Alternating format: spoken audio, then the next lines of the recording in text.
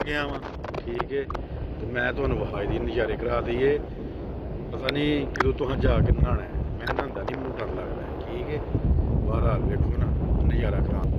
ਹਾਏ ਹਾਏ ਹਾਏ ਜੈਸਾ ਹੀ ਹੈ, ਮੈਨੂੰ ਪਾਣੀ ਕੋਲ ਡਰ ਲੱਗਦਾ ਹੈ। ਮੈਂ ਤਕਰੀਬਨ 100 ਮੀਟਰ ਦੂਰ ਹਾਂ ਇਹ ਸਮੁੰਦਰ ਹੈ ਸਾਡਾ, ਸਾਊਦੀ ਅਰਬ ਦਾ ਸ਼ਹਿਰ ਖਫਜੀ, ਠੀਕ ਹੈ। ਇਹਦੇ ਨਾਲ ਹੀ ਬਿਲਕੁਲ ਕੁਵੈਤ ਦਾ ਬਾਰਡਰ, ਕੁਵੈਤ ਦੇ ਬਾਰਡਰ 'ਤੇ ਹੈ।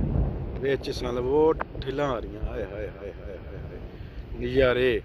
ਰਾਤ ਨੂੰ ਇੱਥੇ ਇੱਕ ਮਿੰਟ ਨਹੀਂ ਲੱਭਦਾ, ਕਿਤੇ ਇੱਕ ਜਗ੍ਹਾ ਨਹੀਂ ਲੱਭਦੀ, ਇੰਨਾ ਕੁ ਰਸ਼ ਹੁੰਦਾ ਹੈ। ਨਜ਼ਾਰੇ ਕਰੋ ਨਜ਼ਾਰੇ ਹੈਂ। ਮੈਂ ਕਿਹਾ ਮੈਂ ਨਜ਼ਾਰੇ ਕਰਨ ਡਿਆ ਤੇ ਤੁਹਾਨੂੰ ਵੀ ਕਰਾ ਦਿਆਂ।